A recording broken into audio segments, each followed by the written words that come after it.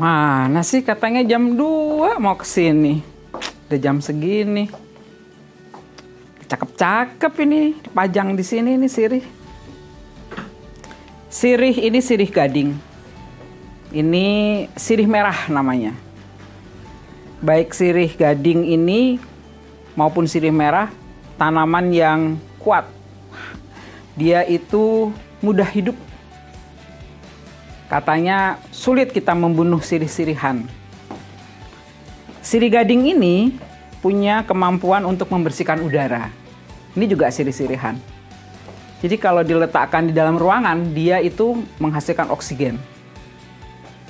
Nah, sirih merah ini selain juga dia punya kemampuan membersihkan ruangan, dia punya manfaat sebagai obat. Seperti sebagian besar sirih yang bermanfaat obat, dia itu punya efek antiseptik, anti terhadap bakteri dan kuman. Ini sirih merah. Temannya ada sirih hitam, ada sirih yang sehari-hari sering dikonsumsi oleh orang-orang yang mengunyah sirih. Nah, ini satu kelompok juga. Ini juga punya kemampuan membersihkan udara. Tuh dia tuh baru datang hari gini. Alhamdulillah datang juga.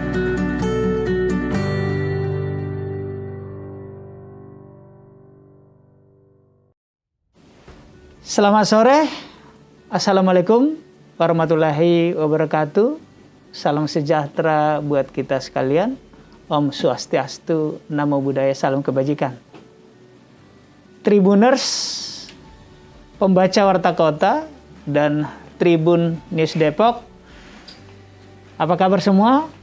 Semoga sehat-sehat.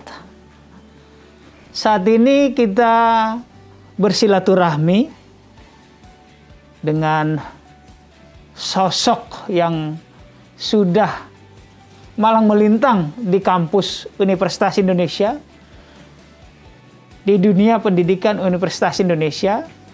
Beliau adalah Dr. Agustin Kusumayati, Master of Science, PhD, ya. Beliau saat ini sebagai sekretaris di Universitas Indonesia, juga sebagai penjabat Dekan Fakultas Kedokteran UI. Beliau 2 periode Dekan di Fakultas Kesehatan Masyarakat UI dan baru berakhir tahun ini ya, Ibu ya? 2019 ketika diangkat untuk membantu Pak Rektor sebagai sekretaris universitas.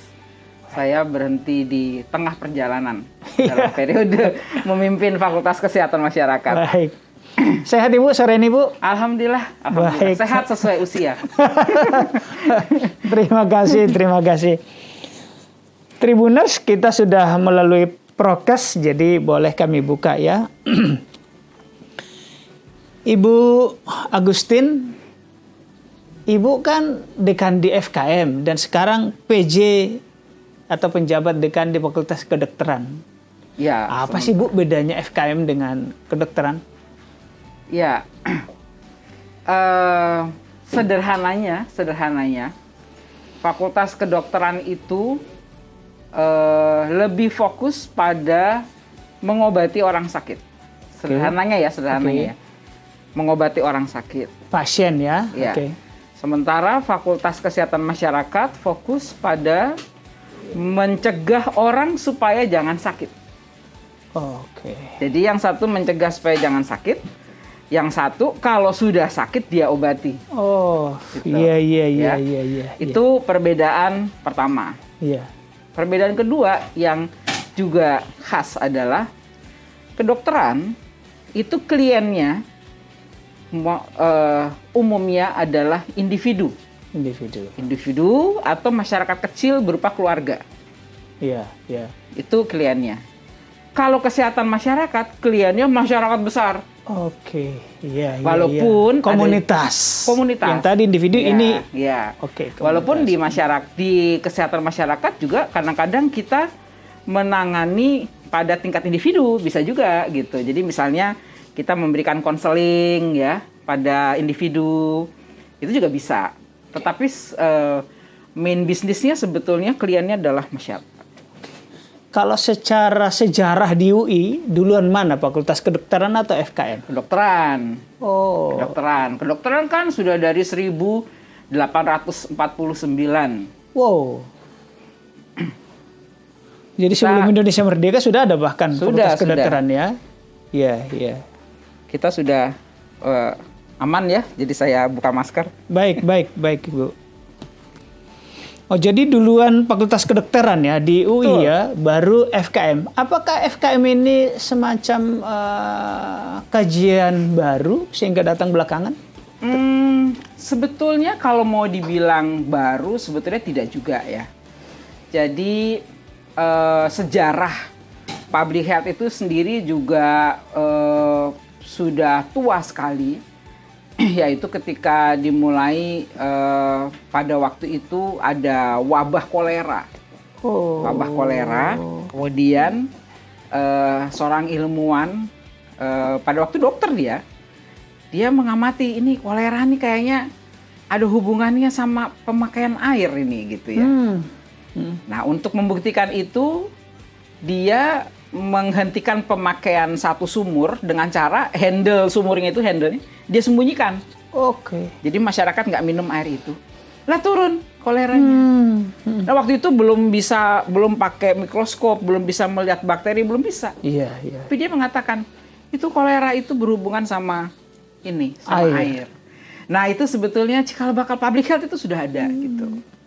Nah, tapi kemudian ketika dalam perkembangannya public health itu berkembang dengan kontribusi banyak ilmu-ilmu di luar kesehatan. Oke.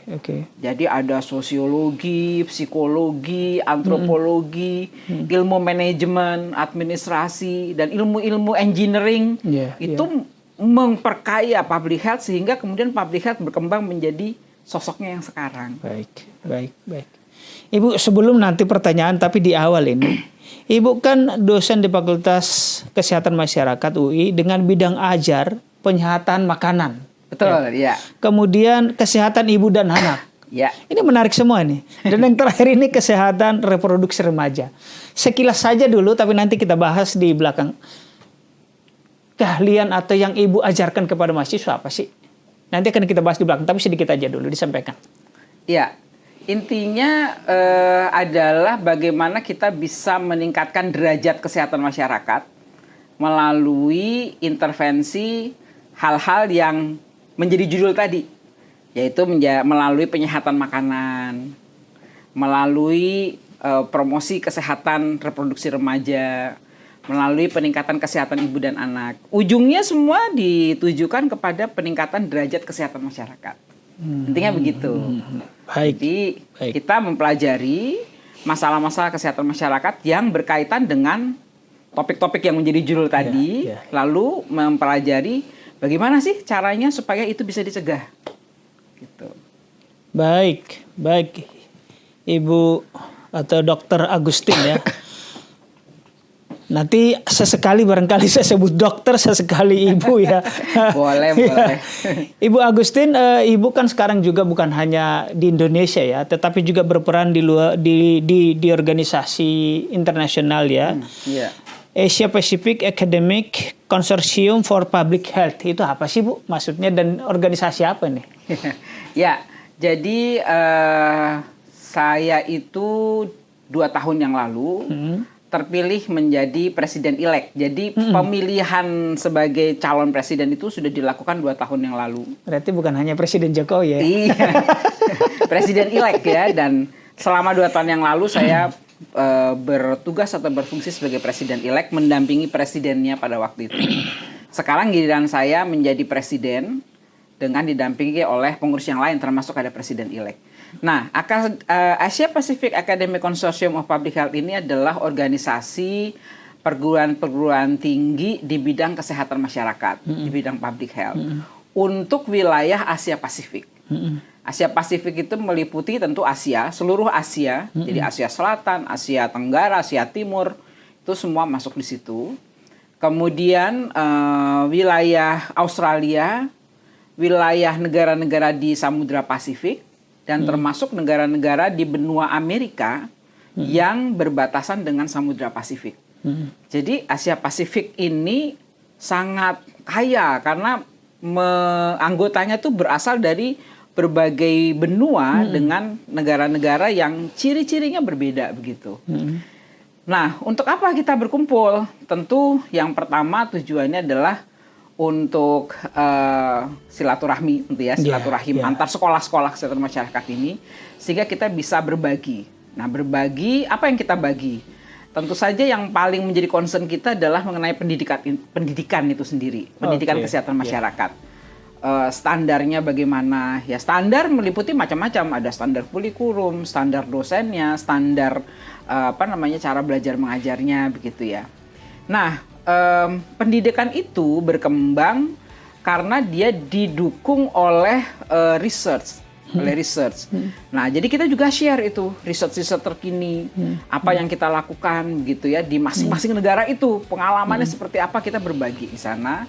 Kemudian selain research itu kan setiap perguruan tinggi juga melakukan community engagement ya, pengabdian kepada masyarakat sesuai dengan masalah yang dihadapi oleh wilayah-wilayah itu.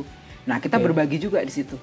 Sehingga kemudian kita memiliki wawasan yang luas, kemudian kita bisa selalu update ya ilmu kita, selalu kita update kurikulum cocok dengan kebutuhan masyarakat. Kemudian kita perkuat juga network ya, kerjasama sehingga kita bisa share resources juga di antara perguruan tinggi tersebut.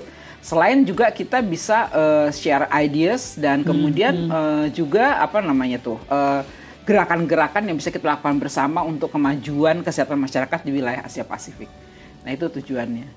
Boleh tahu sedikit proses pemilihan presiden ini seperti apa, dan Ibu mewakili FKM tentu UI atau mewakili negara? Pada waktu itu dimulai dengan pencalonan.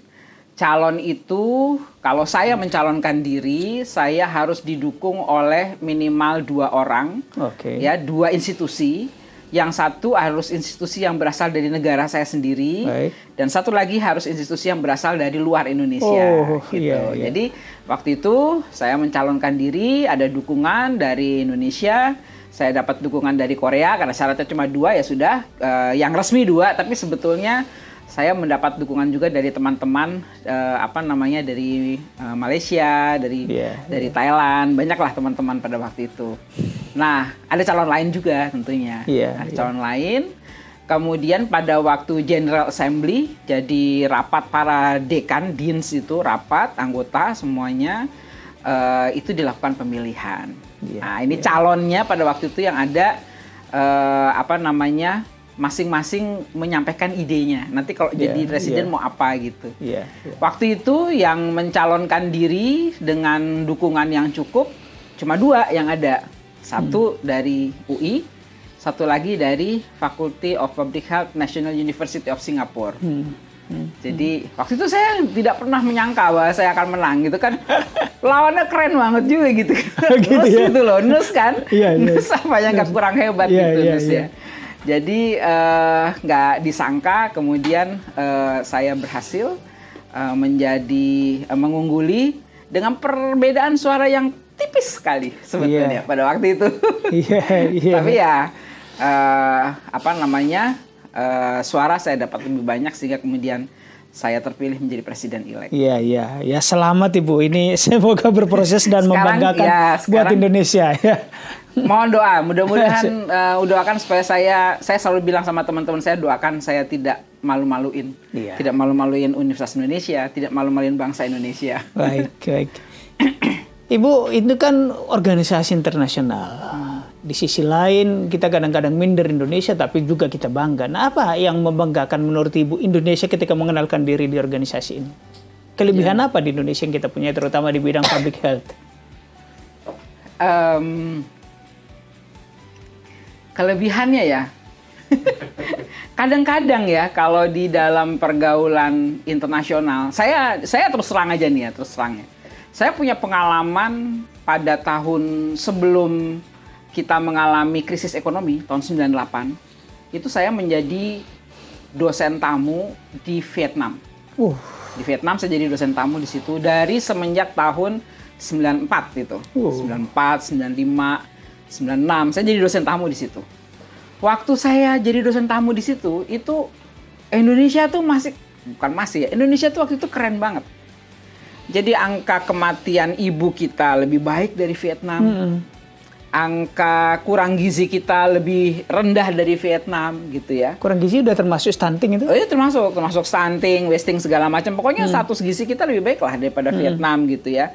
Di Vietnam pada waktu itu juga masih belum mengembangkan bidang community nutrition yang saya ajarkan pada waktu itu mengenai community nutrition begitu ya. Jadi saya ngajarnya pede banget itu ya. Nah terus terjadi krisis ekonomi 98 ya. Ambruk semua kan, Asia Tenggara ambruk semua itu. Setelah itu bangkitnya kita ketinggalan. Republik Indonesia ketinggalan. Lepas landasnya terlalu lama. Orang lepas landas, kita ketinggalan di landasan. Jadi kondisi sekarang itu, kalau kita melihat kondisi ya, sebetulnya tidak terlalu bisa dibanggakan dalam konteks kalau kita lihat angka-angka memang kita tidak dalam kondisi yang unggul. Angka kematian ibu kita ketinggalan. Angka kematian bayi ketinggalan. Vietnam jadi lebih bagus. Jadi sekarang untungnya saya udah nggak jadi dosen tamu lagi. Kalau nggak saya mau jualan apa gitu. Indonesia yang udah ketinggalan gitu ya. Terus banyak lah kita yang ketinggalan gitu ya. Tapi saya selalu mengatakan kepada teman-teman saya dari berbagai negara itu. Mereka tahu bahwa Indonesia itu negara besar. Mengurus Indonesia itu berkali lipat lebih sulit daripada mengurus Singapura, mengurus Malaysia gitu kan, even mengurus Vietnam. Bahasanya aja dia dari utara sampai selatan mirip-mirip. Orang Indonesia tuh bahasanya beda-beda. Jadi kalau kita bikin buku panduan, satu buku dalam bahasa Indonesia, sampailah dia di Kalimantan atau sampailah dia di ujung mana di Sulawesi begitu. Itu ibu-ibu yang lihat itu ini apa, ini nggak ngerti dia bahasanya gitu kan. Kita itu aja sudah jadi challenge tersendiri gitu.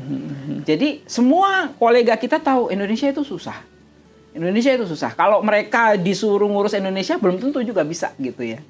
Jadi walaupun kondisi kita tidak terlalu menggembirakan, saya sih nggak minder-minder amat gitu. Yang penting kita sudah mengikhtiarkan. Betul. Jadi kita nggak ketinggalan soal ikhtiar, kita nggak ketinggalan. Ya, ketika orang-orang mengembangkan universal health coverage, kita bikin juga. Terlepas dari JKN kita itu istilahnya ya, selimutnya kependekan, tutup kepala, kaki kelihatan, tutup kaki kepala kelihatan. Nama apa? Tapi kita bikin JKN gitu, kita punya gitu ya. Terlepas dari segala kekurangannya. Sistem kesehatan kita bikin gitu ya, kita punya gitu, walaupun ada tapi nggak ada dalam konteks tidak berfungsi sebagaimana yang diharapkan. Jadi saya selalu bilang kalau mau belajar datang ke Indonesia.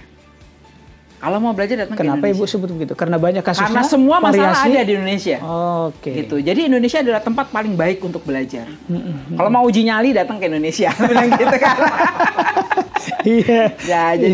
Saya pede aja gitu, pede karena terlepas dari karena gini, kesehatan masyarakat itu kalau kita sudah bicara status kesehatan ya, kesehatan masyarakat itu variabel yang mempengaruhi itu banyak sekali. Dan sebagian besarnya itu kita sebut sebagai social determinants.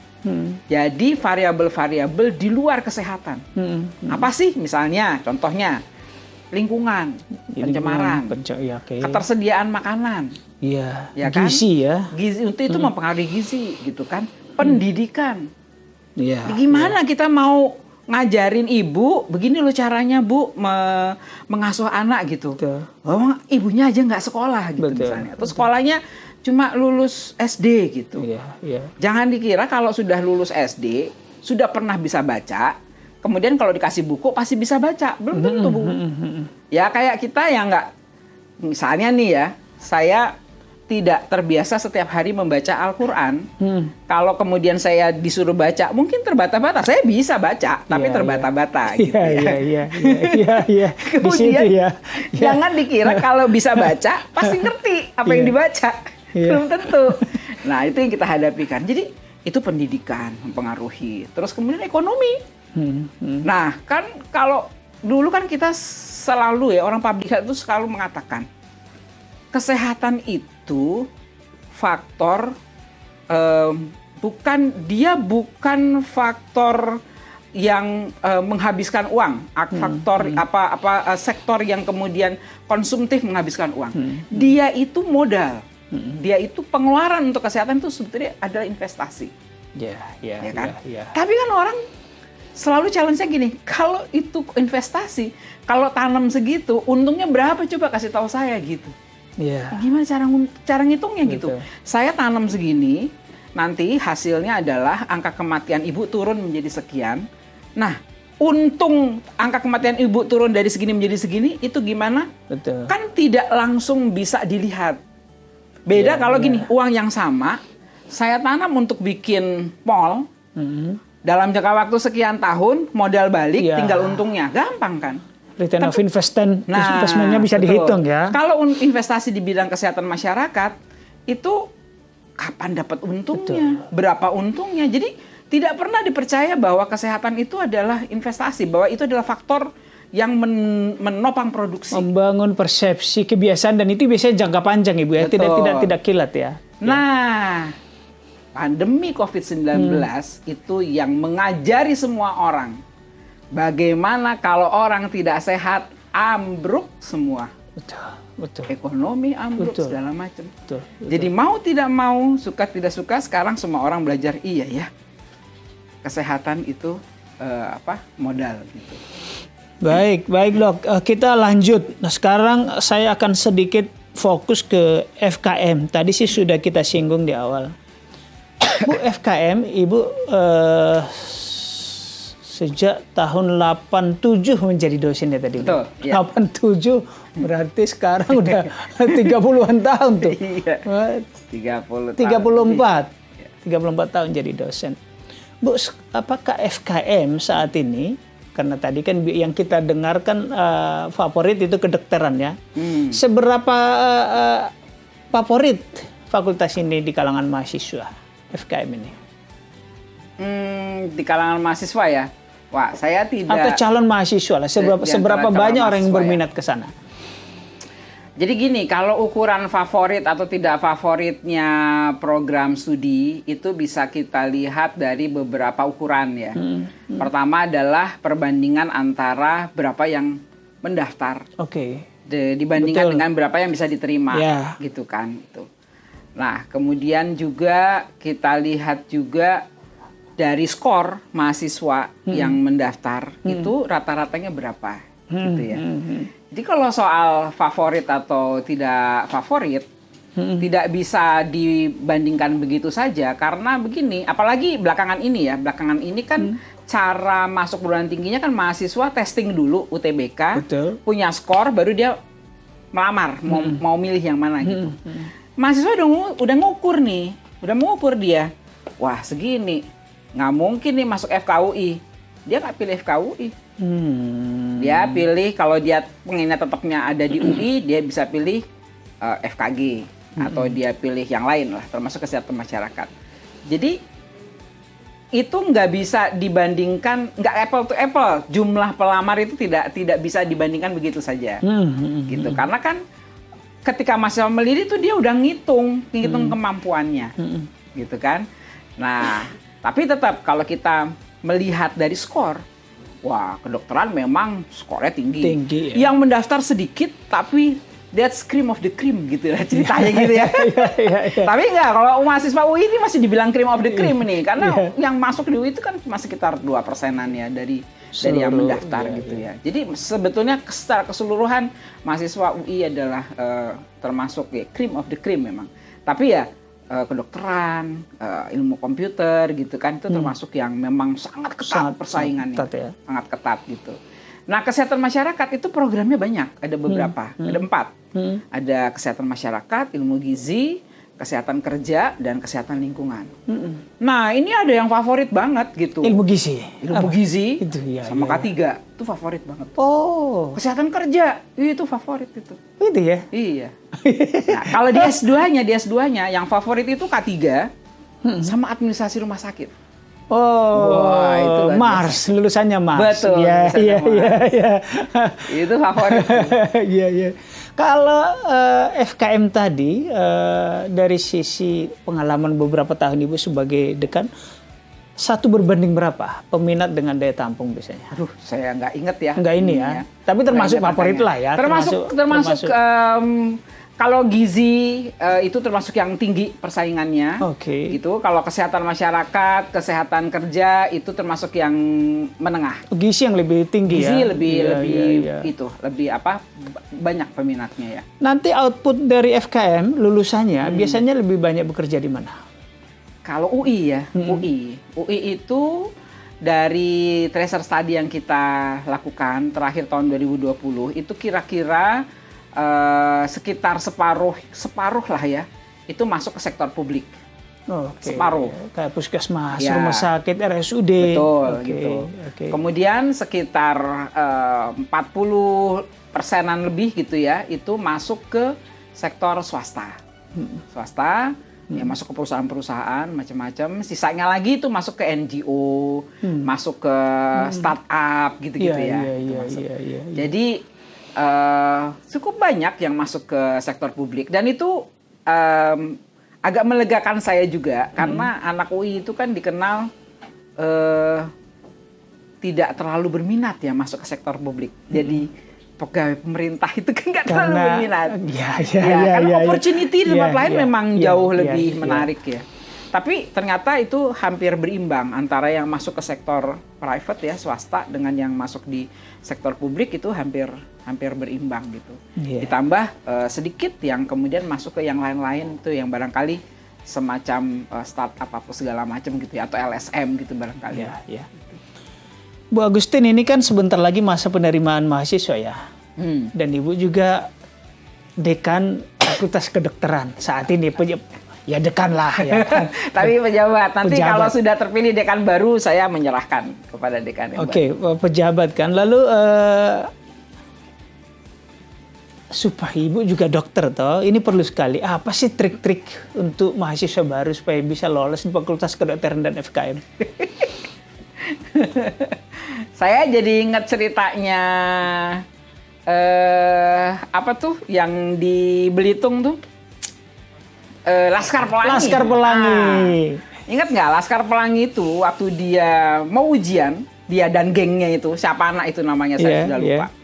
Kan dibilang dia bisa minta jimat ke seorang dukun lah ya, di pulau, di satu pulau dia tuh.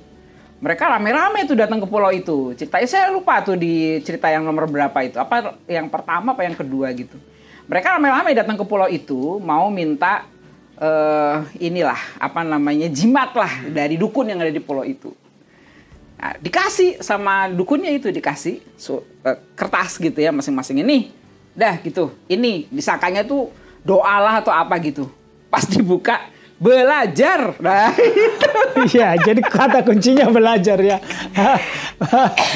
Baik, Tribuners, Ibu Agustin sedang batuk, kita rehat sejenak. Ibu Agustin minum, nanti kita lanjut termin kedua. Masih banyak ini, soal di kampus, soal yang lain. Silakan minum dulu, Ibu.